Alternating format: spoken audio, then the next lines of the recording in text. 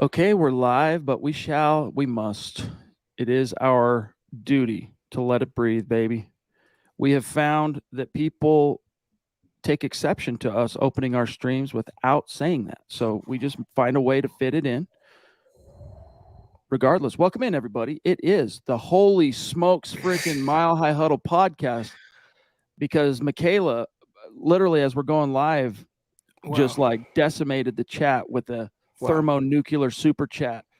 Golly, that is so generous, Michaela. Love you, appreciate you. Thank you, You know how Michaela. much that means to Wow. us.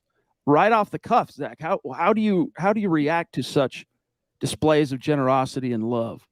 It's not the first, it's like the thousandth time she's been this generous and been this supportive, and still every time I'm tongue tied. I'm speechless. Thank you so much, Michaela. Words don't describe how we both feel and how grateful we are for you. Thank you. You're so awesome. She says, I'm not sure what's going on with our offense. It's our offense. It's our offensive line just missing blocking assignments, or is Russ not sure what he's looking at? And is he not shifting his protection? Maybe it's a bit of both. Makes it look like we can block a wet paper bag. Thoughts from an uneducated football fan. LOL.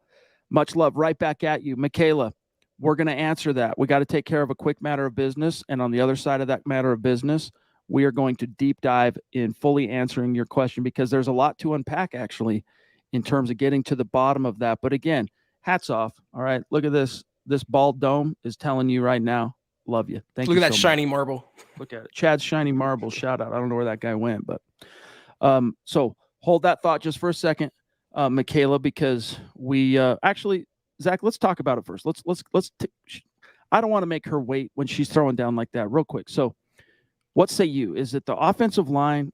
Is it Russ? What's causing this? It's everything. It's the head coach not calling plays that are conducive to Russell Wilson's success. It's like he's trying to copy and paste the Green Bay offense into the Broncos scheme, and he's expecting Russ to perform like A-Rod when they're two different quarterbacks entirely. It's also the offensive line. They're a swinging gate out there. They've been terrible all year, and they lost the one guy that was actually performing at a decent level in Garrett Bowles. And it's also, admittedly on Russell Wilson for being blind and missing Greg Dulcich on a button hook or missing KJ Hamler wide open in the end zone. I mean, it's everyone is responsible for the downfall of the Denver offense. Much like last year, Michaela, you were around obviously with Pat Shermer and whatever quarterback was under center. It was a bunch of different things adding up to one big issue.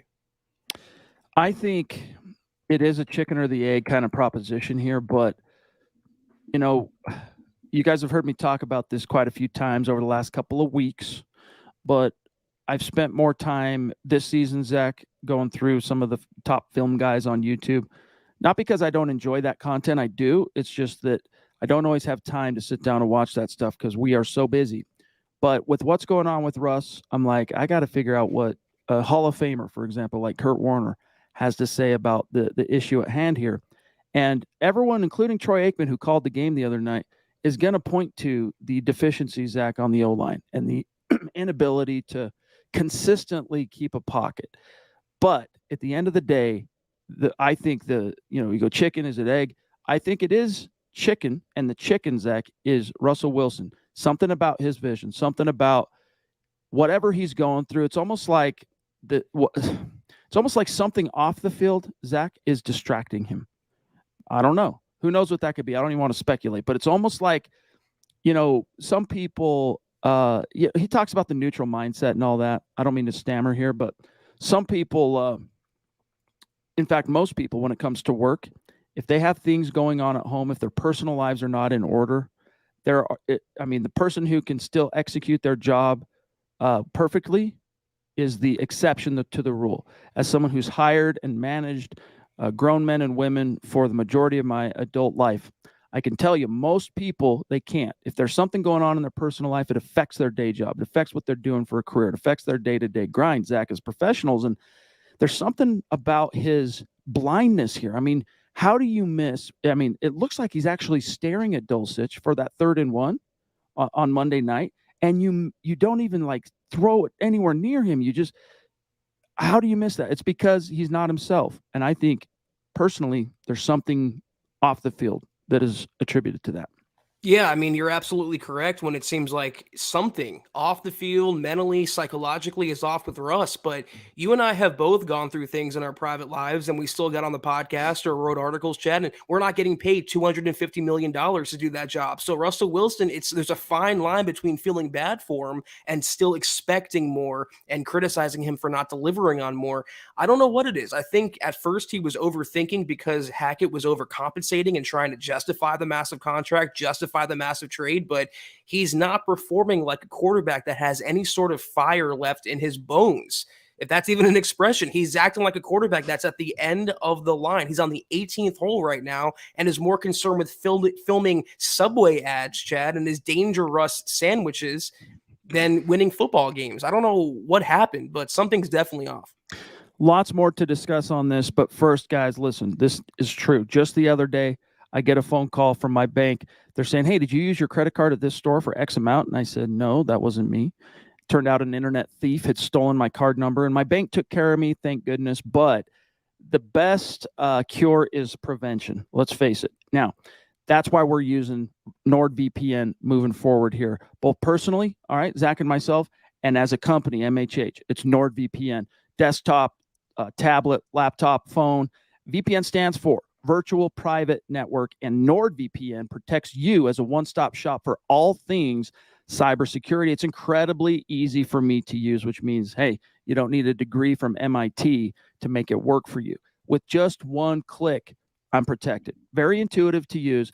With my NordVPN account, I can have up to 6 devices protected. That's just on one account. And I no longer have to worry about the hackers, the malicious sites, the pop-ups, etc. For the price of a cup of coffee, all right, per month, I have complete peace of mind, Zach, knowing that my devices, my data, protected.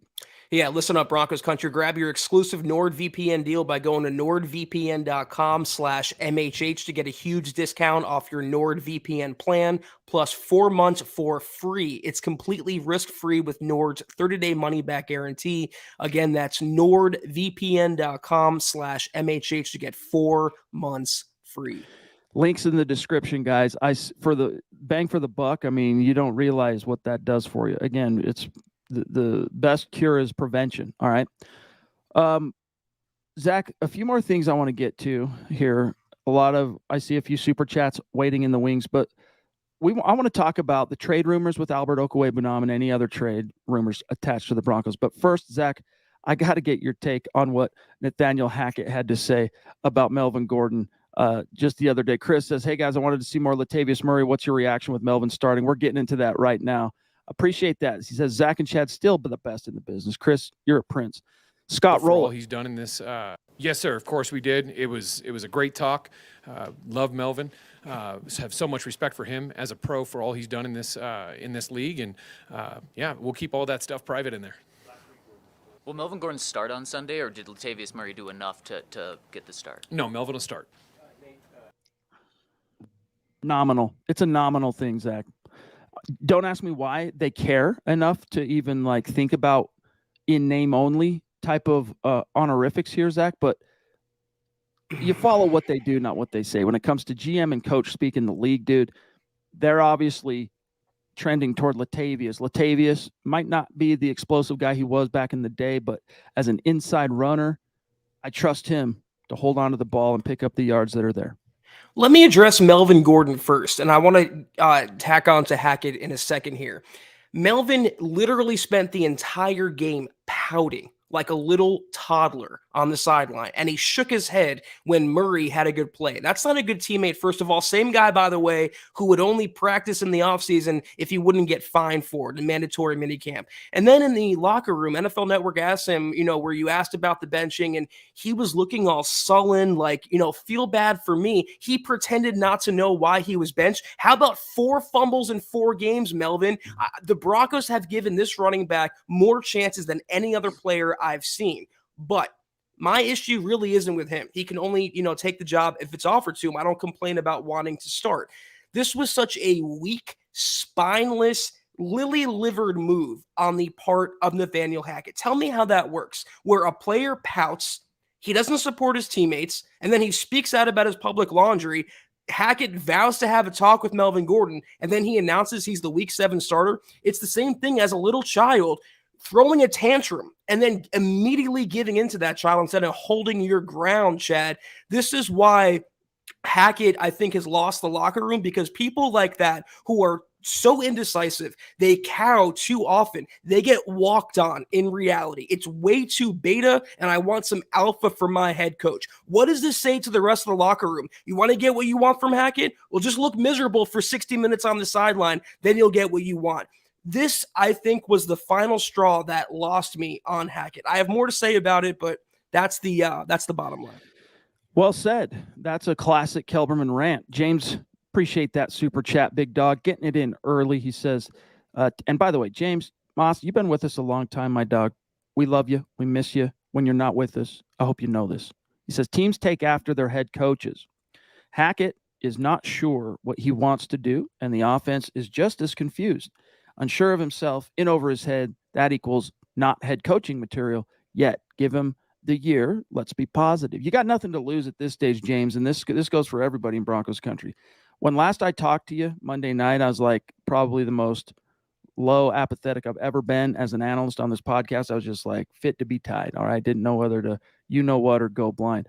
But my posture now is simply this. What do we have to lose? What do I have to lose? What does anyone have to lose by hoping for the best, by trying to stay positive? Nothing, because you're already expecting the worst. It's not that you're expecting the best. It's expect the worst, hope for the best, expect the worst, etc. So I agree with you, James. Give him the year. He's going to get the year. He will get the year.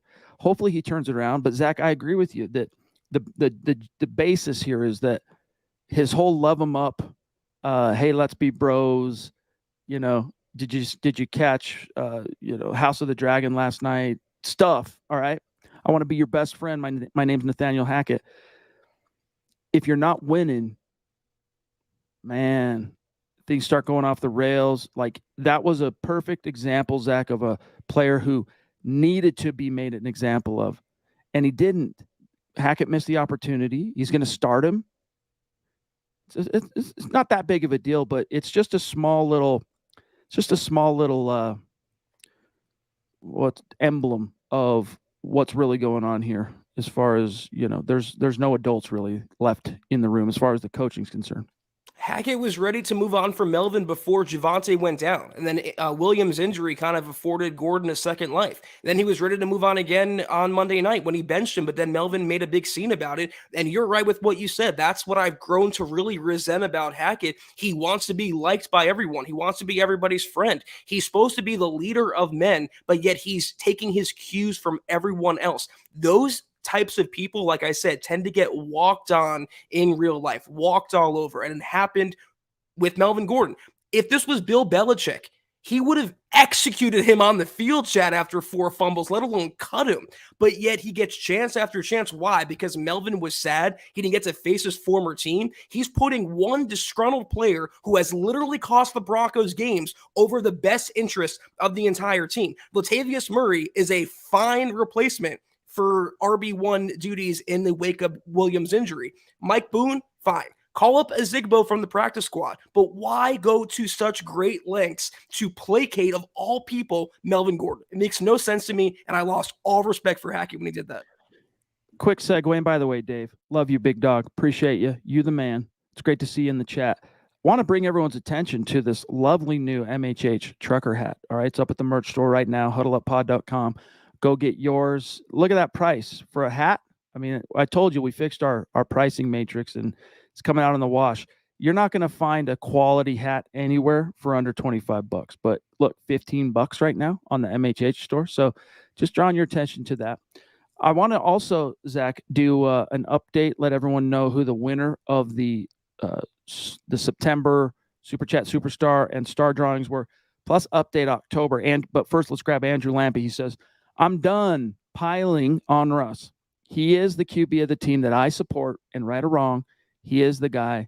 I still feel the best days are ahead. Hey, I love a little shine, a little ray of sunshine. It reminds me of that Bart Starr. Who knows if it's really Bart Starr, Zach, but it's on memes all over the place, and I'll paraphrase it. It's something to the effect of, it's easy to be a fan of a team when everything's going good and you're winning.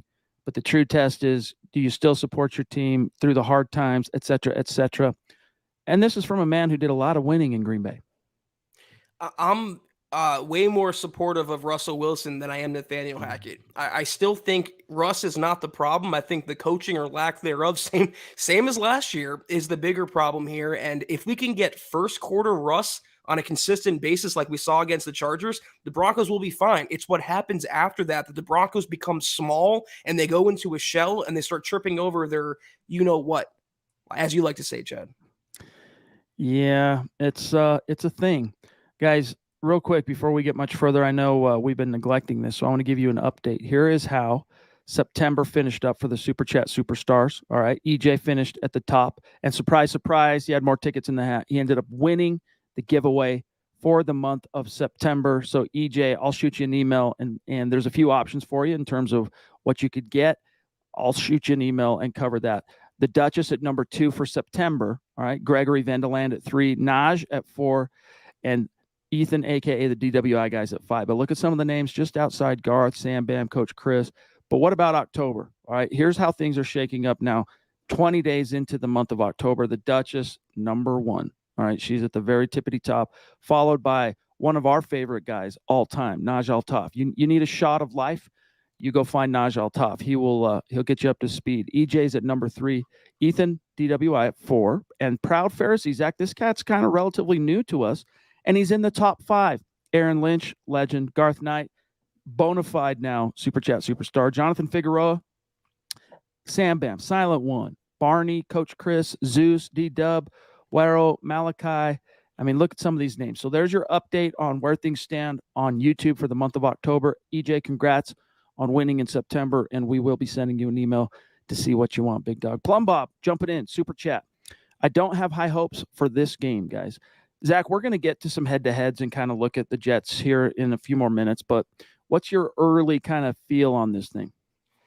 I mean, I don't have much confidence in the Broncos right now, and quite frankly, they don't give us a reason to believe in them. 3 straight losses, and it seems like they're regressing in certain areas, and the injuries are becoming too much to overcome, I think. The Jets are surprising. They're really hot right now, so the Broncos are catching them at a bad time. Their defensive front, I'm terrified of. Quinnen Williams, for example, could be a wrecking ball against this Broncos O-line. You put them over Lloyd Cushenberry, I can just shudder to imagine how fast Cushenberry will get knocked to the turf by the pure strength of Quinnen Williams. Robert Salah does a great job with that defense. I'm not too scared of their offense over there in New York, but that defense against the Broncos O-line and a struggling offense with Russell Wilson, that gives me definite pause. Yeah. I'll give you some more of my thoughts when we get to the head-to-heads, and we'll talk about some keys to victory as well. But I don't disagree with anything Zach just said. But Ben says, sign a tackle on Facebook, by the way. Thank you, Ben. Sign a tackle, put Graham Glasgow at center, put Netani Muti at left guard, Billy Turner at right tackle, overhaul the line setup. New strength and conditioning coaches, he also says. We lead the league in IR salary. Yeah, it's brutal, dude. It's brutal. Every single game. And I get it, Zach. Football is a violent game. It comes at a cost. The attrition of the season, every team has to face it on some level or another, but you're losing like a best player every week. Now, this week was somewhat of an exception, but it depends on how you want to qualify that, because you lose Aaron Patrick for the season, done with an ACL, Zach. And you go, oh, well, he's like a 5th guy, 6th guy on the depth chart outside linebacker. Oh, really? Or is he like the coaches view as the best special teams player? So it's a key guy. Is he going to help you on defense? Not really. Is he going to help you on offense? Nope. But he was a key third phase guy. If you lose key guys, Zach, my point here, on a week in and week out basis, and this is on the heels of how many years in a row of the injury plague, the injury bug just owning this team, I don't blame fans for saying, hey, time for a new strength coach. Phil, appreciate you, big dog. He says, I don't understand why Gordon is still here. MHH for life. Go Broncos. We feel you. It was a red flag when Nathaniel Hackett was asked a few months ago about Gordon. He said, well, he has a nice smile. Like, are you serious? Who cares about that? He's a fumbler. He's always been a fumbler. And his 3.7 yards per carry really going to help the Broncos, right, Nate? About Aaron Patrick, I feel terrible for him considering how he tore his ACL, Chad. He was running full speed on the sideline. There was a stupid media person there. I don't know why there's so many people crowding the sideline, why they don't have more room, but he was trying not to run him over and planted on a strip of carpet and tore his knee in a matter of a second. So tough break for Aaron Patrick. To the previous point about a tackle, though, who are you going to sign? Are you bringing back Bobby Massey? Are you lowering Jared Valdir out of retirement? This is the problem with not addressing the position in the draft. You have to rely on the has-beens and the washed-up 35, 37-year-olds that just won't cut it. So they're stuck with who they have right now, unfortunately. Dude, have you ever seen that picture of Jared Valdir that's like nightmarishly, he's so crazily yoked, dude, that it's like almost comical? I'll see if I can find it in between the next time I talk because it'll give you a nice little chuckle. Okay, let me hop through the chat real quick here. Make sure we're not leaving anybody out in the cold, and then we'll do some head-to-heads. Andrew, oh no, we got to talk about the trades. Then we'll do head-to-head. Andrew Baker, love you, big dog. He says, "What's up, fam? I'm trying to see the good. If the ball bounces our way, we'd be at least 4-2. But hey, MHH for life. That's right. At least we're all here together going through it as one. All right. We have a community, Zach, with whom to commiserate. Aiden or Adon, sorry, says, hey, Broncos country. Honestly, as much as this season has gone backwards, I'm just hoping everyone keeps their head up and supports our Broncos. That's a good message too. And thank you, Adon, for that super chat. I mean, I feel like if we got through the Paxton Lynch years, the Brock Osweiler years, Case Keenum, Joe Flacco, we can get through the Russell Wilson year and potential years ahead. Hopefully the coaching will pick up, and if not, they'll find a coach that better suits Russell Wilson's needs. Sean Payton. It is not, yeah, it's years ahead. I mean, the Broncos are stuck with this dude for a few years, guys. So, yeah. Big Earn, great to see you, my friend. Always in the chat. And we appreciate you being with us and adding what you do to the conversation every single night. Okay, Zach, what's the rumor about Albert Okwuegbunam? You had an article up. I'll pull it up while you're breaking things down, but clue everybody in here. Basically, ESPN's Jeremy Fowler reported a couple days ago that the Broncos are getting calls about their tight end depth, their entire room, with Alberto drawing obviously the most interest because he's a 6'5", 4-5 guy who can catch the ball sometimes. So not surprising that they're putting him on the block. He was a healthy scratch on Monday night, by the way, and some of us thought that was a little ominous. But yeah, they're getting calls on him, and it was echoed by Aaron Wilson, formerly of Pro Football Network, that there's a trade scenarios, plural, for Broncos tight end Albert Okwuegbunam. Wilson said the situation is fluid. The NFL trade deadline is November 1st. I think the Broncos could flip him even for a conditional 6th or 7th round pick. I would take it at this point. Yeah, if the coaching staff look at it like this, everyone had high hopes, Zach, for Alberto, including yours truly. I distinctly recall myself writing an article saying, here's why Alberto is a breakout candidate 2022. Publish. But if he's so important, why is he a healthy scratch? And if you listen to what was said by Nathaniel Hackett of that decision, it was all about, hey, we finally got Greg Dulcich back, and he meant more to us than Alberto. So they're erring on the side of the guy who the coaches drafted for the scheme. Alberto just hasn't showed the development and the steps forward in a lot of ways, but mainly in blocking. And they've got two guys who can block behind Greg Dulcich. So Dulcich is going to be their pass-catching kind of playmaker guy. You got the Erics, Saubert and Tomlinson. You don't need Albert Okwuegbunam. So if you can get a 7th-round pick for him, you take it. You might be able to get something a little sweeter than a 7th, but you take it. Big T, great to see you, bro. I wouldn't be surprised if a team from the NFC North comes calling. Maybe the Packers to pair him with Robert Tonyan, or the Vikings, George Payton's old team. They have Irv Smith, I think, as their starter. But Alberto, in the right system with the right quarterback, given the right opportunity, I still think he can make something of himself. But yeah, basically Hackett said that we like Dulcich more. And you know what? To Dulcich's credit, in his NFL debut, his Broncos debut, 2 catches. He made them both, by the way, one of which was contested, and he scored a touchdown. So I'd rather the Broncos get their 3rd-round rookie tight end on the field. He's the future. Alberto isn't. If you can flip him for anything, I would do it. Big T says, yes, it's been dreadful when we had promise, but fans need to be supportive and not be ugly. Yeah, Yeah, I feel that on a general level. I agree with you, Big T. George Fox, good to see you.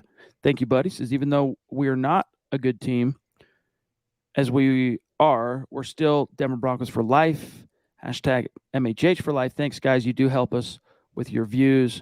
Glad to hear that, my friend. And you help us too. Trust. You guys help us just as much. So it's symbiotic, right? We do appreciate you guys. It's probably old news, but I'm just scrolling through here, Scott, seeing the spammer there, that dirty, rotten scoundrel. All right, what have you heard, Zach, about Christian McCaffrey related to the Broncos? I mean, it's been a few weeks. The Broncos were tentatively, according to reports, I don't know how much credence there is to be put in that, but they were sniffing around McCaffrey apparently. But I'd rather the Broncos sniff around a left tackle or a center or a left guard before I would go for a running back. Obviously, if they're keeping Melvin Gordon around as a starter, they have Murray, who looked pretty admirable in his first start after 2 weeks with the team. You have Mike Boone, you have the Zigbo. I would be shocked, literally shocked, if C-Mac came to Denver. I'm hearing the Niners right now are in the lead for his services, which would be a great fit in that Shanahan system. By the way, I can't find that Valdir picture that I was teasing earlier. I don't know where it happened, where it went, what happened to it, but it used to be a meme, and because it's so ridiculous how yoked this dude was. 6'8", 300 something odd pounds, but it was like all muscle. He was a freak of nature. Is out of the league now, but and like most of his O-line brethren, slimmed down since he left the league. But Zach, are you really all that into the idea? Like, what if the Broncos could put a deal together to get Christian McCaffrey here? How in on that would you be? I would hate that. With what capital are you using to acquire him? You're taking on a big contract for an injury-prone player. I know the Broncos love their damaged goods, but why a running back, Chad? You don't need one. You have Javonte coming back next year. You have 3 guys right now who can fill the void in the meantime.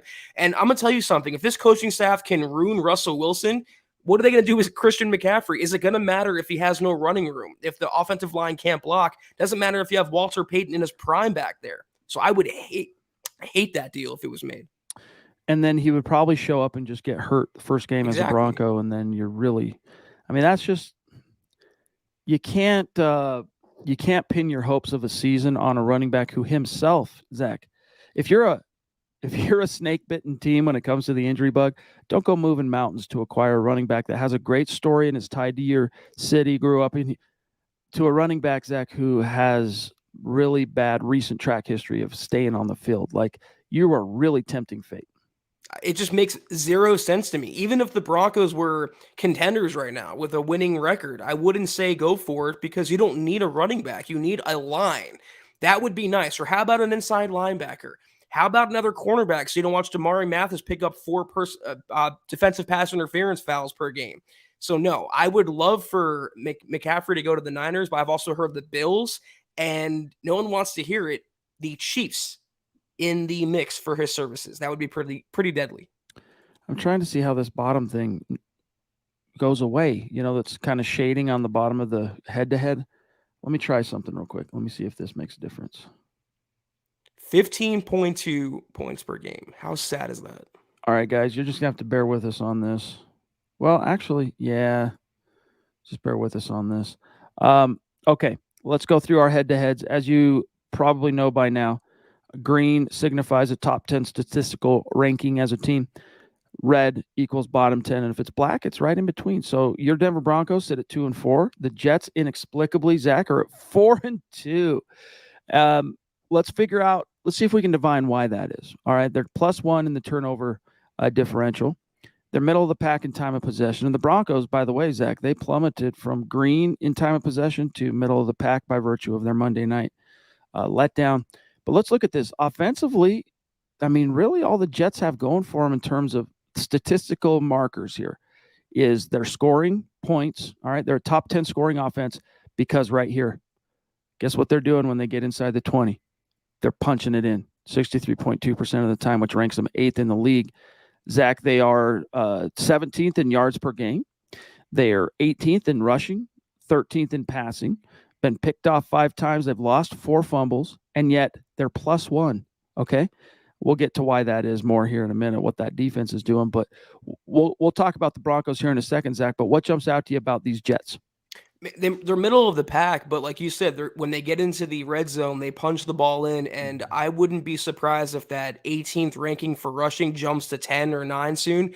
Breece Hall, the rookie running back, is on an absolute tear right now. And that offensive line, they're a bunch of maulers with Dwayne Brown, Vera Tucker. They move people off the ball, unlike the Broncos O-line. So say what you want about them. It helps to have a good running game and a good offensive line, because even when you have Zach Wilson, it hides a lot of your flaws. I'm going to do it like this, and hopefully, here's what I'll do. This way, hopefully, you guys can see it a little bit better, just while we're breaking this down. All right. Okay, Zach, Broncos offense, middle of the road on yards per game. Dead last. Look how sad this is, dude. They're bad in all the important categories. Look at this, 15.2 points per game, and you paid $250 million to Russ. You threw a ton of money at Hackett. You know, you gave up multiple 1s and 2 draft picks. You gave up 3 good players. Say what you will about Drew Luck. 2 good players and a guy who, whatever. All right. I'm not here to pick nits right now. And this is what you got. This is what it availed you. This right here is why this and this are inextricably connected. But it's why fans are so just fed up right now. And then the only thing the Broncos really have to hang their hat on offensively at this stage is that Russ, despite that Thursday night game, he's been pretty stingy with the ball. He's not getting picked off a lot. But look at this. They're dead last in the red zone. They're only 2 teams worse than the Broncos on third down, Zach.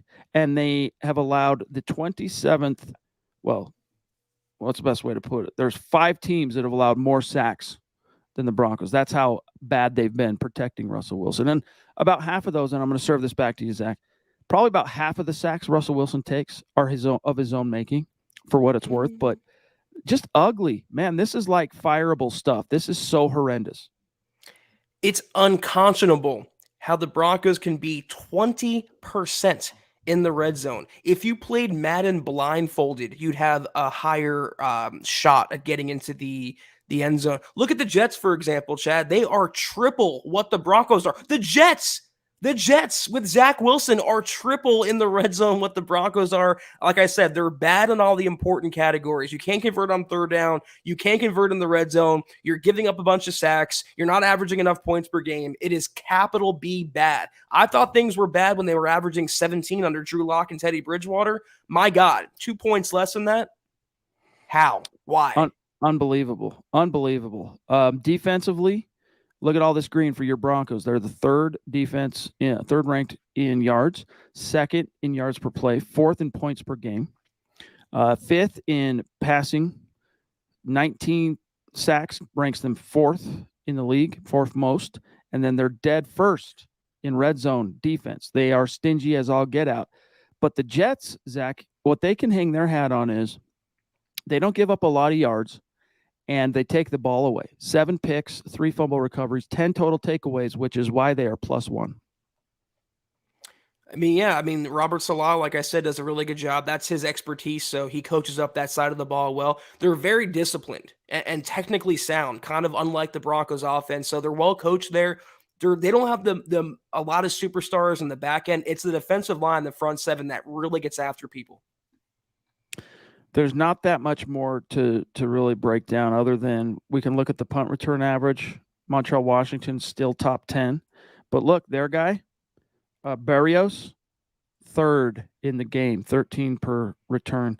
And then they're very stingy in allowing yardage on punt returns. They only allow 6 yards per punt return on average, which puts them in the top 10.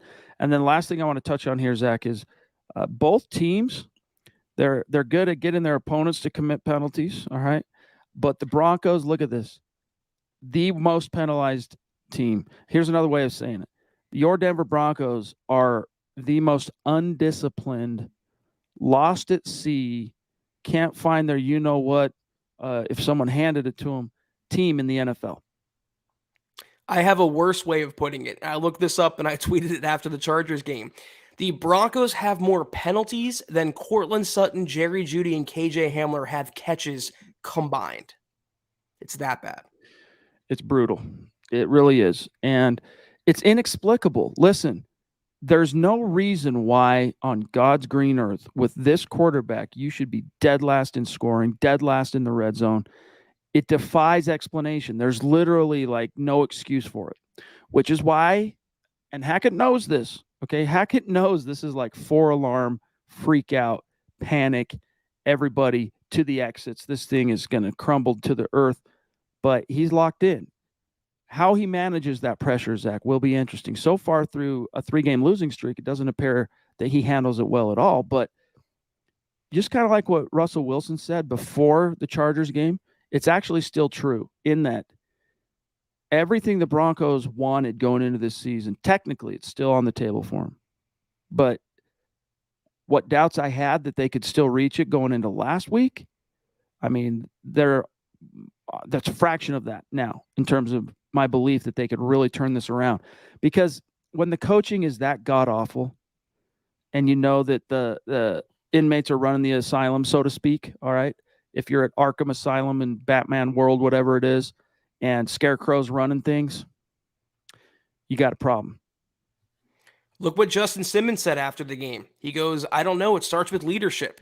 So that's pretty glaring that they're not getting enough from the leader of men, in this case, Nathaniel Hackett. And his version of leadership, Hackett's, is to placate the biggest cancer, the most toxic player in the locker room in Melvin Gordon. That's not leadership. That's, like you said, Chad, wanting to be everybody's friend and saying, please don't hate me. Please don't be mad at me. Please be cool with me. I don't like people like that in any facet, personally, professionally. It's weak. I don't respect weak. And I guarantee you at least 80 people in that locker room out of 90 or whatever don't respect Nathaniel Hackett. The best way to earn respect as an NFL head coach is to, first of all, you got to hold people accountable, and that includes you and your staff, and then get results. Those two things. We know the results aren't coming. And then when it comes to the accountability game, Melvin Gordon starting after threw a tantrum, did some internet, social media sleuthing. Yeah, that too. All of that stuff, right? And Hackett's doubling down, saying, no, we didn't cut Melvin Gordon. I mean, I expected him to say, yeah, by the time he hit the podium that day, I expected to have read in a breaking news, Mike Kliss, Broncos release Melvin Gordon. But not only did that not happen, when Hackett took the podium that day, he was like, yeah, no, he's starting. It's like, what, dude? Tone deaf. So how does that translate? It's not, it might kind of feel like we're making a mountain out of a molehill here, but how does that translate? How does that come off in the locker room? As Zach just said, the W word, weak. It comes off as you got no spine. We can all completely be in dereliction of our duty. We can behave in ways detrimental to the team. And not only are we not going to get dealt with, but like we're going to keep our jobs. We're going to get praised in the press. You got a problem. George Payton, dude, why is George Payton not being more strong arm on some of this stuff, I wonder? I think he's letting Hackett kind of feel himself out and either sink or swim on his own volition. I'm not going to call for George Payton to intervene. It's on Nathaniel Hackett being the head coach of the entire team. But putting it another way, Melvin Gordon was out there liking tweets, one of which was mine, saying that he should be traded. And Hackett's response to that was to make him the starter for the next game. How does that make sense at all? It does not. And any sort of respect that players had for Hackett, I feel like is gone now because, like you said, Chad, there is no threat to their jobs, to their livelihood, to their production, to what they can do on a given day if you have a coach who's willing to bend and bend and bend and do whatever you want.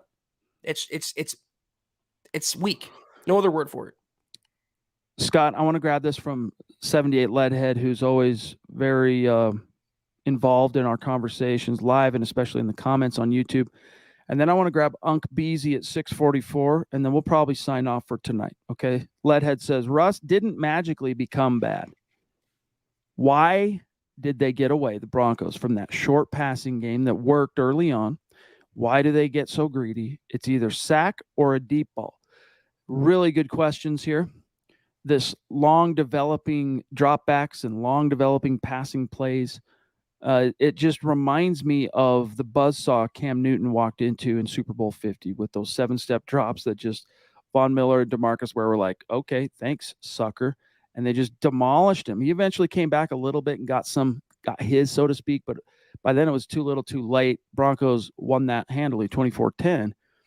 Russell Wilson, Zach, one of the rumors going around is that, no. This isn't on Hackett.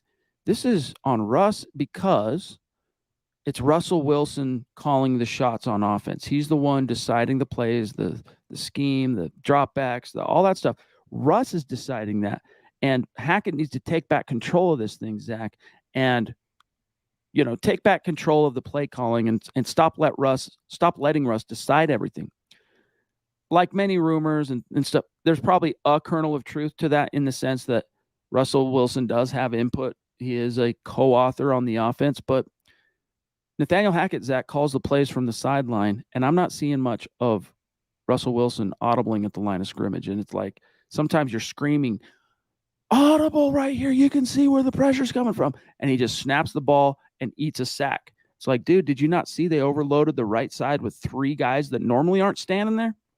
So I think this really, it's an equal thing. But if I had to err on one side, I would say schematically, coaches have to step up and do more to help Russell Wilson out because he did not magically become bad. See what you just said there, plural, coaches. And I know a lot of it should and does fall on Hackett, but how about Justin Houghton, who's been to me a complete non-factor, a zero, a waste of space as far as I'm concerned as the Broncos OC. He's just a little too transparent. He said he's been living at his office for the last 3 weeks, hasn't gone home to see his family. Like, that's not a flex. That's not a good thing. That's bad mental health and a bad work environment. How about Clint Kubiak, the quarterback's coach, the son of Gary? Why isn't he getting any criticism for Russell Wilson regressing? It's not just on Hackett. It's all of the coaches in Denver right now that just can't come up with any sort of solid game plan. And let me tell you why. It's because Hackett, like I mentioned, is trying to copy and paste the Packers offense. And if you put on a Packers game, it relies on the O-line holding up, which the Broncos don't have and won't have this year. And it relies on timing and precision, long forming plays, nothing of what Russell Wilson did in Seattle. So until they stop trying to bash a round peg in a square hole, they're going to get the same results. It's literally insanity, as Simmons said on Monday. Unk Beasy says, Chad, Zach, what's up? People are laser locked in on Hackett and Russ's shortcomings this season. But, dude, what an absolute waste of a top 5 defense for like the 4th or 5th consecutive season.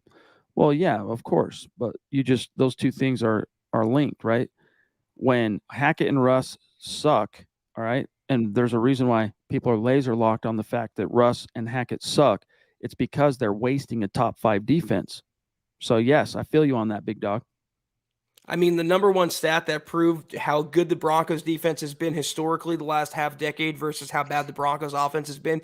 Von Miller got his first victory against Patrick Mahomes when the Bills beat Kansas City on Sunday. It's been the name of the game in Denver since Peyton Manning walked away. And even his last season, the defense had to carry the team and the offense just does not pull their own weight. They just roll over and die. And that's when the fractures in the locker room begin to form. And that's why you see people like Justin Simmons, who couldn't have been more frustrated, angered, just done, just completely vexed by the whole thing. Because he's been here for quite a while now and has seen the offensive failures, ineptitude, incompetency over and over and over again while he and his defensive mates are going out there and keeping the Broncos in every single game. Dude, it's crazy because remember the conversations we had this summer when the Broncos started doing some media, training camp was upon us, and there was that one sit down where a questioner off camera would field a question to Russell Wilson and Justin Simmons in the same room. And Justin Simmons was like sitting at the feet of Russell Wilson and just like lapping up everything he said and like how everything's going to be different this time. And I know I've said that before, but man, and now he must feel quite foolish for saying a lot of things that he did just because, and I don't blame him for saying, I'm not saying he was wrong. Okay. I probably would have done the exact same thing, but it turns out, Russell Wilson is human and he needs, I don't know. I think there is something to the notion here, Zach, that Russ needs to kind of be told what to do a little bit more here. Like, look, Here's the things you like. Okay, cool. Well, we'll try to work that in where we can, but like, here's what we know works. Here's what we know is going to work for based on our personnel, the losses that we've sustained on the personnel side, our weaknesses on personnel. Russ, it's time for you to just like show up. Here's the play call, execute it. Like, maybe there is something to that. The problem is, though, Hackett is way too much of a player's coach and wanting to be everybody's friend instead of actually being the head coach who makes the decisions. He takes his cues from everybody else, Chad, everyone around him. It's the reason, I guess, he hired a coach for the coaches. He hired all these different positions and all these different things because he didn't want to do it. It's like a parent who'd rather be their child's friend than actually be their parent. You have to step in and put your foot down or else you get no respect. And look what's happening. Dude, imagine, Zach, when you interview for a job in your past, okay? You interview and you're like really wanting to get this job. All right. And when you're sitting down to interview and they're like, all right, pitch us on why we should pick you for this gig. And you're like, listen, I'm going to be so good at my job that I'm going to hire someone to teach me how to do my job on your dime. Sound good? And you're like, oh, okay. Yeah, I guess that makes sense. Hired, rubber stamp. Boom. Base case. What's up, dude? Great to see you. He says, losing Mike Munchak, that was the Broncos' former offensive line coach, hurt us big time. Butch Barry, the new O-line coach, got to go. Not one single lineman has improved under him. I would say I'm not trying to pick nits, base case, but Quinn Miners looked damn good in that game in a losing effort. Quinn Miners looked good last week. Yeah, I don't think the transition from Munchak's scheme to the wide zone scheme under Barry has, proven much success tangibly, but I just don't think the players are good enough, quite frankly. Reisner was getting pushed around last year. Cushenberry has been a bottom 5 center the last couple seasons, and I've tried to delude myself into thinking otherwise. The Broncos haven't had a right tackle for how long now? So it's been Garrett Bowles and a bunch of 4 mid-offensive linemen, so I don't really... If it's a Butch Barry or Howard Mudd coming in, is really going to matter when the players aren't good enough. I don't think they are. Joe Mama, what's up, bro? Wouldn't be surprised if the offense is booed on the first drive. Well, I'll tell you what, if they go 3 and out or punt on that drive or fail to get a touchdown, I can guarantee you they will be booed. Broncos fans are at the end of their rope on this stuff, dude. I mean, the preceding 6 years were bad enough. The ignominy involved in being a Broncos fan the past 6 years, that was bad enough. But this is beyond the pale. You sold us a 9-time Pro Bowl quarterback. You sold us this brainchild of Aaron Rodgers and how it was going to be different. And it's actually worse. Where do you get off? Bronco Brain Trust. Where do you get off? Fans, look, all of the... what would you call it? The class, Broncos fans don't give a flying rip about that stuff anymore. Look, we're paying damn good money to come to these games. We're paying damn good money to park in the tailgate. We're paying damn good money to spend $15 on, how much was that, Scott? What we got, the pretzels, like $15 a pretzel. And this is what we get. No more. If you punt on your first drive because you went 3 and out, you're getting booed. You don't like it? Execute, boys and girls. It's like a defense that complains about an offense. If you don't like it, stop them. That's basically the Broncos offense. If you don't want the fans to boo or count down the play clock, how sad is that? Then just be better on offense. It's really as simple as that. But they're just not. So I don't blame Broncos country for and that's why all of the positivity I'm seeing tonight, Chad, I don't blame anyone who feels the opposite. They're putting in their hard-earned time. They could be doing anything else on a Sunday afternoon. Their money, their energy, the season ticket holders. I mean, and it's not just this year. It's been the last 6 seasons over and over and over again. And just when you think it's different now, new head coach, new quarterback, the rug is yanked out once again under the fans' feet. So anyone in Broncos country who's down on the team right now, anyone who boos loudly on Sunday, I do not blame you. Not at all. Ben Wallman, trade Alberto, trade Gordon, trade Dalton Reisner, and get us some picks for next year. Who wants any? Alberto's the only one that might still have like some legit trade value. Who wants Melvin Gordon? You can't even trust him, dude. As a runner, he's still got something there, but you can't trust him. And then he ends up being a problem off the field stuff, crying in the media, social media antics. And then Dalton Reisner, I love the dude. All right, seriously, like as far as a dude goes, hey, not too many more stand-up type guys than Dalton Reisner. I love how he speaks. I'll never forget, Zach, when we were at the Combine, and he comes walking in, and you got a room full of 8 podiums that are up, and he comes up, and he gets to the podium. He doesn't wait for me to start asking questions. He gets to that mic, and he says, Dalton Reisner, offensive tackle, Kansas State. And people are like, whoa, what? No one's used to someone just like taking charge. You want a guy that is a take the bull by the horns type? That's Dalton Reisner, but guess what? He sucks at playing football, at least in the league. I like it. I like the spicy. That's pretty a spicy take there. How about, Chad? I'll throw you one out, okay? Because I've seen this debate on Twitter. Do you trade Bradley Chubb? If you're a seller at the deadline, I know, my first inclination is to not either and get the comp pick when he walks in free agency. But if you get a second for him, would you do it? My thoughts exactly. I'm conflicted. Jerry Jeudy's another one, by the way, you can put on the trade block. We'd have to have one of those organizational where the bear poo-poos in the woods type of meetings and deciding, what are we this year? Are we still keeping the flame alive that we can turn the ship around? Because if the answer to that is no, if we're facing facts that this is going to be ugly all year and we're just charging this season to Russ and Hackett getting on the same page, then yeah, trade him. But if you really do think you have a chance to turn this around, if there's any hope of that on the horizon, then you can't trade Bradley Chubb. So for me, it's a little early to answer that one definitively. You saw what my gut reaction was, which was no, because he's playing so well.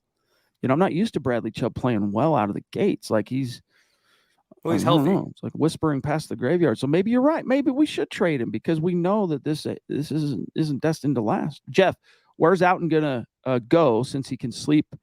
Where's Outten gonna go since he can sleep at home? Where's he gonna go when Broncos kick him out? Justin out then. Nice. That's like 22 Jump Street. Julia Robb hurts. You remember that? Have you ever seen that? It's funny, dude. Check it out. Jonah Hill. Yeah, I mean, the Broncos hired one guy who had really nothing to do with the Packers' success in Hackett, and they doubled down by bringing Hackett's buddy Justin Outten along. He does nothing as far as I'm concerned. Maybe if Hackett allowed him to call plays for like a quarter or a half or a game or whatever, maybe we'll see something different, but I don't really care about his remarks out. He's really rubbing the wrong way. He said a couple weeks ago, if we had a time machine, we go back and do it differently. Now he's saying he sleeps in his office. No one cares, bro. When the Broncos are losing 3 straight, you can't get into the end zone. No one's going to feel bad for you. Go home, get some sleep. Maybe the Broncos offense will be better. Yes. Cry us a river, my friend. Ben Wallman, Wilson doesn't listen to Clint Kubiak, his quarterback's coach. He has his own position coach, which is true. This is a thing. A personal coach. Oh, Jake Heaps. Yeah. Hackett does nothing about it. Hackett is a beta. Mm-hmm. Well, Heaps isn't on the field for practice, like the actual practice stuff the team's doing. That's working with Wilson off the field. And you got a point, Ben, in terms of questioning.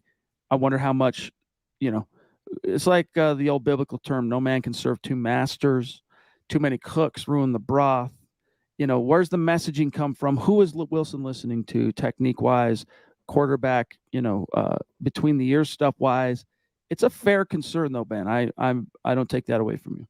Yeah, I definitely am. My quarterback, my head coach, my leaders of my team, I want alpha.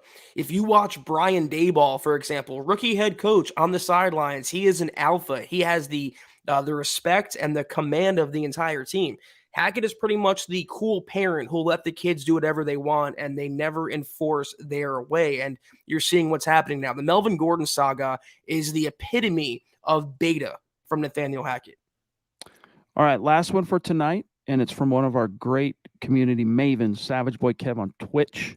He says, do you guys think that some of the O-line's struggles are because Russ holds on to the ball too long or him not calling out protections pre-snap?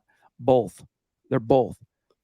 I know for a fact, all right, I'm not a football expert, all right? I'm no Nathaniel Hackett over here. But I can promise you, I can tell you, Russ is missing things pre-snap. He's not sliding his protections the way that he ought to be. I don't know if that's a coaching lack of emphasis on the coaching side or if that's just him not seeing things. I mean, I'm a little bit more inclined on this one, Zach, to kind of say, well, if he's not seeing the field as far as the progressions go and who's open, who's not, and all this, how can we trust that he's also seeing where the pressures are coming from. But back to Kev here says, is the O-line struggling because Russ is holding on to the ball or him not calling out protections? Answer here is yes. It's also the fact I just don't think the offensive line is good enough. When you're a center like Cushenberry, you're supposed to be powerful at that spot. You're getting dominated every single down, ending up on your back. Same for Reisner, same for Cameron Fleming, Calvin Anderson. They're just not good enough. And you add into that Russell Wilson apparently needing LASIK surgery for his eyes. It's not a good combination. It's everyone involved in this calamity. Zach, this is what I've been resigned to. All right. I see this comment and I think of a Michael Scott joke right now. You know what I'm saying? He says, on a good note, I love watching the D work. Amen, Shane. Amen. Michael Scott joke. You guys get it? Okay, Zach, let's say goodnight.